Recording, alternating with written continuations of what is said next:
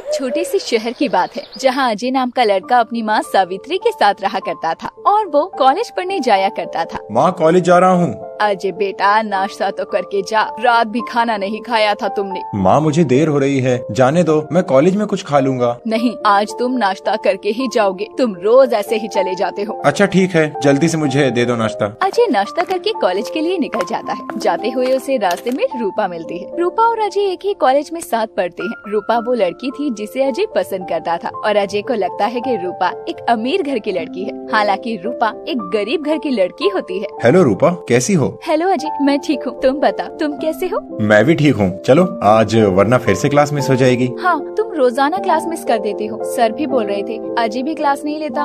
तुम तो जानती हो ना रूपा, मैं बस से आता जाता हूँ, इसी वजह से मुझे देर हो जाती है और मेरी क्लास रोजाना निकल जाती है। तुमने तो कहा था कि तुम बस से जाते हो, पर 2-3 दिन से तुम मेरे साथ ही जा रहे हो, ऐसा क्यों? मैं तो अकेले ही जाता हूँ, तुम मिल जाती हो तो इसमें मैं क्या कर सकता हूँ। वो दोनों ऐसे ही बातें करते हुए कॉलेज जाते हैं और ऐसे ही समय बीतता है। वो दोनों और अच्छे दोस्त बन जाते हैं। आज कॉलेज का आखिरी दिन था और आज अजय रूपा को शादी के लिए कहने वाला होता है। हेलो अजय, कैसे हो? हाय रूपा, मुझे तुमसे कुछ कहना है। हाँ बोलो, क्या बात है? क्या तुम मुझसे शादी करोगी?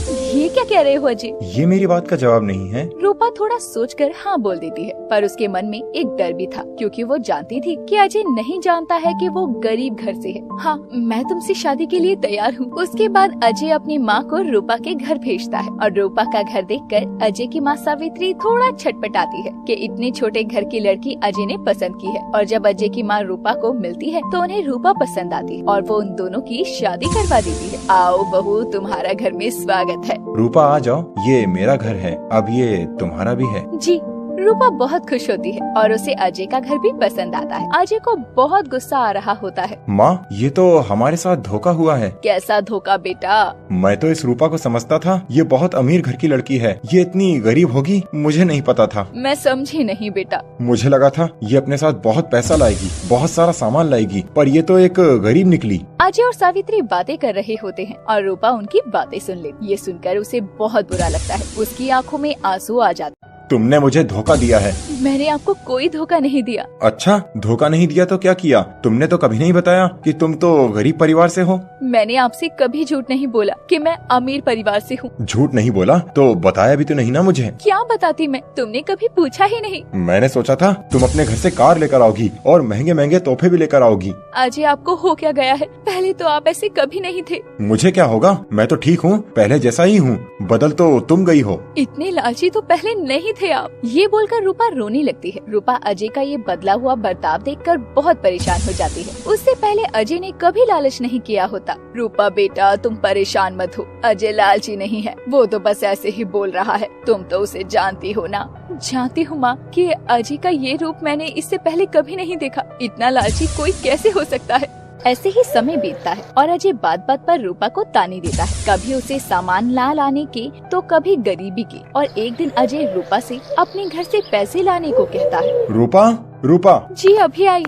जी बोलिए, क्या हुआ? इतनी देर से कहाँ मर गई थी? कब से आवाज दे रहा हूँ। वो मैं छत पर कपड़े सुखाने गई थी। रूपा, तुमसे मुझे एक काम है। कैसा काम, बताइए। देखो, मैंने अभी एक नया बिजनेस स्टार्ट किया है, उसके लिए मुझे थोड़े पैसे चाहिए। अच्छा ठीक है, इसमें मैं क्या कर सकती हूँ? तुम अपने घर वालों से कहो ना कि वो मुझे पैसे दे दें। क्या? ये सुनकर रूपा आश्चर्यचकित रह जाती है। ये क्या कह रहे हैं आप? मेरे घर वाले पैसे कहाँ से लाएंगे? आप तो जानते हैं ना वो कितने गरीब हैं। देखो रूपा, तुम शादी में कुछ नहीं लाई, मैंने कुछ नहीं कहा, पर अब तो मेरी मदद करो। तुम्हारे घर वाले मेरे लिए इतना भी नहीं कर सकते। बेटा, बुरा मत मानना, अजय जो कुछ कर रहा है तुम्हारे लिए ही कर रहा है। मैं ये जानती हूँ मैं कि अजय मेरे लिए ही सब कर रहे हैं, लेकिन मेरे माता पिता इतने पैसे कहाँ से लाएंगे? कहीं से भी लेकर आना होगा, वरना तुम मेरे घर में नहीं रह सकती। ये सुनकर रूपा डर जाती है और रोने लगती है और फिर अपने घर आकर अपने पिताजी को सब बताती है। पापा, आप इतने पैसों का इंतजाम कहाँ से करेंगे? रूपा बेटा, तुम परेशान मत हो,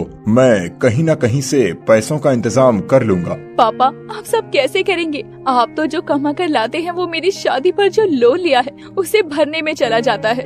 बेटा कहा ना, परेशान मत हो तुम, घर पर रुको, मैं जितने भी पैसों का इंतजाम कर पाऊंगा तुम्हें लाकर दे दूंगा। ठीक है पापा, अभी मैं घर जाती हूँ, सब लोग मेरा इंतजार कर रहे होंगे। ये कहकर रूपा तो अपने ससुराल चली जाती है, पर महेश बहुत परेशान हो जाता है। उसे कुछ समझ नहीं आता कि अपनी बेटी का घर बचाने के लिए वो इतने पैसे कहाँ से लाए। मुझे पैसों का इंतजाम जल्दी करना होगा, वरना मेरी बेटी का घर खराब हो जाएगा। क्यों ना मैं अपना स्कूटर बेच देता हूँ। ये सोचकर महेश अपना स्कूटर लेकर उसे बेचने जा रहा था कि तभी वहाँ महेश को अजय की माँ देख लेती है। नमस्ते भाई साहब, यहाँ क्या कर रहे हो? नमस्ते बहन जी, मैं अपना स्कूटर बेचने आया था। पर क्यों? बहू बता रही थी कि ये स्कूटर तो आपको बहुत पसंद था ना।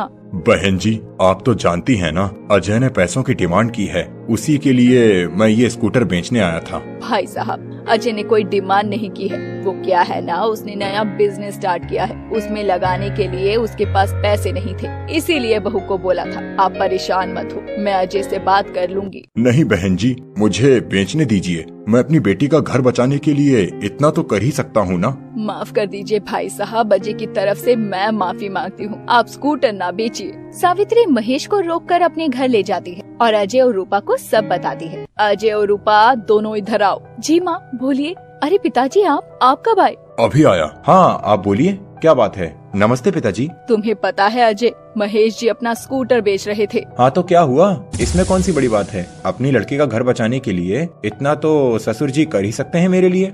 ऐसा सुनकर सावित्री को बहुत दुख होता है और वो बोलती है, बेटा मैंने तेरी परवरिश ऐसी नहीं की थी, लालची तो तुम पहले कभी नहीं थे। माँ आप जानती हैं, मुझे पैसों की जरूरत है। तुम्हें क्या लगता है महेश जी जो स्कूटर बेचकर पैसे देंगे उससे तुम्हारा बिजनेस अच्छा चलेगा? अगर पिताजी मुझे कुछ पैसे दे देते हैं तो उससे बिजनेस अच्छा ही चलेगा ना। बेटा महेश जी स्कूटर तो दूसरा ले लेंगे, पर जो उनका दिल दुखेगा उसका क्या? सावित्री के समझाने पर अजय को समझ आता है और वो अपना लालच छोड़कर महेश और रूपा से माफी मांगता है। रूपा मुझे माफ कर दो, मैंने तुम्हारी कभी कदर नहीं की, और पिताजी आप भी मुझे माफ कर दो, मुझे ऐसे पैसे नहीं मांगना चाहिए थे आपसे। अरे अजय बेटा तुम परेशान मत हो, तुम हमसे पैसे नहीं मांगोगे तो किससे मांगोगे? रूपा तुम भी मुझे माफ कर दो, मुझे अपने किए पर बहुत पछतावा है। नहीं अजय जी, आप माफी मत मांगिए, आपने अपना लालच छोड़ दिया, यही बहुत अच्छी बात है। जिसके बाद वो अपना लालच हमेशा के लिए छोड़ देता है और अपनी मेहनत के बल पर पैसे जमा करके अपना बिजनेस शुरू करता है। कानपुर के एक छोटे से शहर में गोलू अपनी माँ कविता के साथ रहा करता था। गोलू के पिताजी फैक्ट्री में काम करते थे, जिसमें एक दुर्घटना में उनकी मृत्यु हो गई। गोलू के पिताजी के देहांत के बाद उनकी आर्थिक हालत ठीक नहीं थी। गोलू अभी छोटा था, इस कारण कविता अपने पति की जगह पर फैक्ट्री पर काम करने लगी। गोलू बेटा उठ जा, स्कूल नहीं जाना है क्या? माँ अभी तो 5 ही बजे हैं, उठ जाऊंगा। उठ जा बेटा, रोजाना देरी से स्कूल जाता है तू। थोड़ी देर और सोने दो माँ। ऐसे ही घंटों बीत जाते हैं और गोलू अभी तक बिस्तर पर ही होता है। गोलू तुम अभी तक सो रहे हो, देखो टाइम क्या हो गया, फिर से देरी से स्कूल जाओगे। कितना टाइम हो गया माँ? 6 बज गए हैं। क्या? गोलू जल्दी से उठकर स्कूल के लिए तैयार हो जाता है और कविता अपनी फैक्ट्री जाने के लिए। दोनों एक साथ घर से निकलते हैं। अपना ध्यान रखना बेटा, शाम को मिलते हैं। जी माँ। ऐसा बोलकर गोलू अपनी स्कूल चला जाता है और कविता अपनी फैक्ट्री। गोलू के साथ स्कूल में उसकी चाची की लड़की रिंकी भी पढ़ती थी। रिंकी बहुत घमंडी और बदतमीज लड़की थी, क्योंकि उसके पिताजी गाँव के साहूकार थे, इसीलिए उसने कभी गरीबी नहीं देखी थी और उसकी माँ उमा भी बहुत घमंडी थी। गोलू हट जा, ये मेरी जगह है। इस जगह पर रिंकी तेरा नाम नहीं लिखा है, जा दूसरी जगह बैठ। गोलू हट जा, देख वरना मैं तेरा बैग उठाकर फेंक दूंगी। अगर तुमने ऐसा किया तो मैं चाचा जी से तुम्हारी शिकायत कर दूंगा। रिंकी गोलू का बैग उठाकर फेंक देती है और गोलू को निराश होकर उस जगह से हटना पड़ता है। ये बात पर वो किसी से नहीं कह सकता था, क्योंकि उसके चाचा विशाल और चाची उमा उनकी किसी भी प्रकार से कोई मदद नहीं करते थे। रिंकी गोलू का बहुत मजाक बनाती और स्कूल में सभी बच्चे गोलू पर हंसते। चुप हो जा रिंकी, वरना अच्छा नहीं होगा। क्या करेगा गोलू? मेरे पापा से मेरी शिकायत करेगा? हाँ मैं चाचा जी से कह दूंगा। तेरे जैसे गरीबों को तो मेरे पापा मुंह भी नहीं लगाते, तेरी बात तो तब मानेंगे ना। स्कूल में लड़ने के बाद गोलू रिंकी अपने अपने घर जाते हैं। गोलू अपनी माँ को स्कूल की सारी बातें बताता है। माँ तुम आ गई? हाँ बेटा, आज बहुत थक गई हूँ। आज आप देर से भी आई हो माँ? अरे आज काम ज्यादा था बेटा, तो थोड़ी देरी हो गई। तुम अपना बताओ, आज तुम्हारा स्कूल का दिन कैसा गया? माँ आज भी रिंकी ने मेरे साथ बदतमीजी की, उसने मेरा बैग उठाकर फेंक दिया था।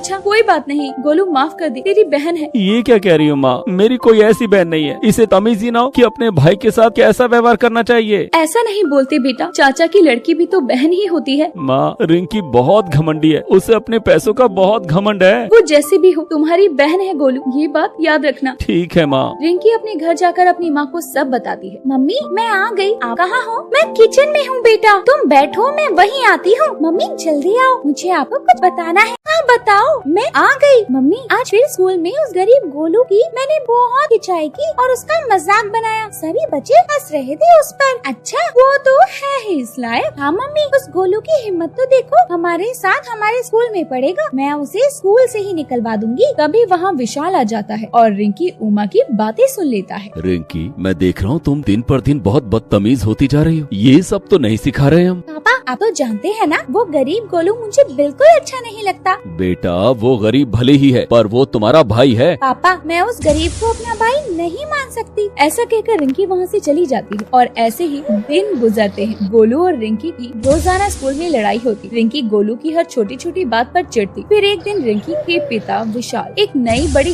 गाड़ी खरीद कर लाते हैं और रिंकी उसी गाड़ी से स्कूल जाने की जिद करने लगती है। पापा आज आप मुझे नई वाली गाड़ी से स्कूल छोड़ने चलो ना। बेटा तुम्हें बस लेने तो आती है? आती तो है, पर मुझे उस नई वाली गाड़ी में ही जाना है। अरे बेटा मैं तुम्हें कल लेकर चलूंगा, आज तुम बस से ही चले जाना, मुझे बहुत काम है। आज नई वाली गाड़ी से छोड़ आइए, फिर नहीं कहूँगी छोड़ने के लिए। विशाल रिंकी की बात मानता है और उसे अपनी नई गाड़ी में स्कूल छोड़ने चला जाता है। रिंकी स्कूल पहुँचते ही अपनी सभी सहेलियों को बुलाकर अपनी गाड़ी दिखाती है और रिंकी अपनी गाड़ी पर बहुत इतराती है। और ऐसे ही रिंकी रोज अपनी उस नई गाड़ी में स्कूल आती और सभी बच्चों को दिखाकर चिढ़ाती। एक दिन तभी गोलू उस गाड़ी पर एक पत्थर उठाकर मारता है। उसे नहीं पता होता कि वो गाड़ी उसके चाचा विशाल और रिंकी की है। पापा देखो गोलू ने पत्थर मारा, गाड़ी का शीशा टूट गया। गोलू तुम्हारे तो सारे कपड़े खराब हो गए, पर तुमने ऐसा क्यों किया? माफ करिएगा चाचा जी, मुझे नहीं पता था कि गाड़ी आप चला रहे हैं। गाड़ी मैं चलाऊं या कोई और, पर तुमने पत्थर क्यों मारा? अरे पापा ये गरीब ऐसे ही होते हैं, इन्हें क्या पता कि महंगी गाड़ी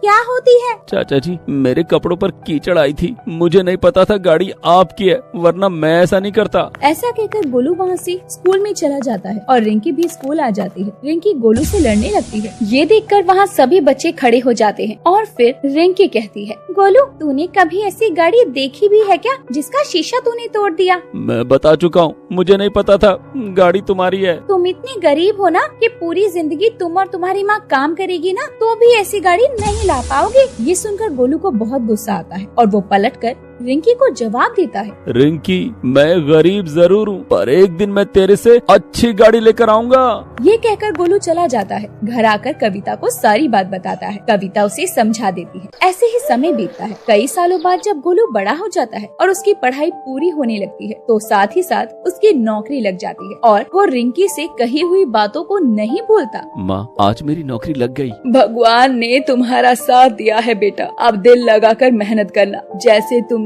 दिल लगाकर पढ़ाई की, ये तुम्हारी मेहनत का ही फल है। हाँ माँ अब मैं बहुत मेहनत करूँगा। उस रिंकी को गाड़ी लेकर भी तो दिखानी है। बेटा तुम वो बात अभी तक नहीं भूले हो। मैं कैसे भूल सकता हूँ? अब गोलू बहुत मेहनत करने लगता है। एक दिन वो एक आलीशान गाड़ी लेकर अपने घर के आगे खड़ा होकर हॉर्न बजाता है। उसकी माँ निकलकर बाहर आती है। इतनी बड़ी गाड़ी, ये गाड़ी किसकी है बेटा? ये अपनी गाड़ी है माँ, आओ उसमें बैठो। मैं इस आलीशान गाड़ी में बैठूं? हाँ माँ आप ही बैठो। गोलू कविता को गाड़ी में बैठाकर पूरे इलाके में घुमाता है। तभी उसे रिंकी मिल जाती है और गोलू की गाड़ी को देखकर रिंकी देखती रह जाती है। रिंकी कैसी लगी गाड़ी? किसकी गाड़ी लेकर घूम रहे हो? तुम्हारी तो इतनी औकात नहीं है कि इतनी महंगी गाड़ी तुम्हारी हो। रिंकी ये गाड़ी हमारी है, मुझे नहीं पता था कि तुम इतनी बदतमीज हो। तुम्हें तुम्हारे माँ बाप से यही सीख मिली है क्या? कविता की बातें सुनकर रिंकी को रोना आ जाता है और वो कविता और गोलू से माफी मांगती है। ताई जी मुझे माफ कर दीजिए, मैंने आज तक जो भी गलती की है, और गोलू भैया आप भी मुझे माफ कर दीजिए। आपसे मैं अपने बड़ों की इज्जत करूंगी। मुझे भी माफ कर दो रिंकी, मैंने भी तुम्हारे साथ बहुत गलत किया है। वो दोनों एक दूसरे से माफी मांगते हैं और अब उनके बीच सब कुछ ठीक हो जाता है और गोलू की गाड़ी में बैठकर रिंकी कविता घूमने जाते हैं।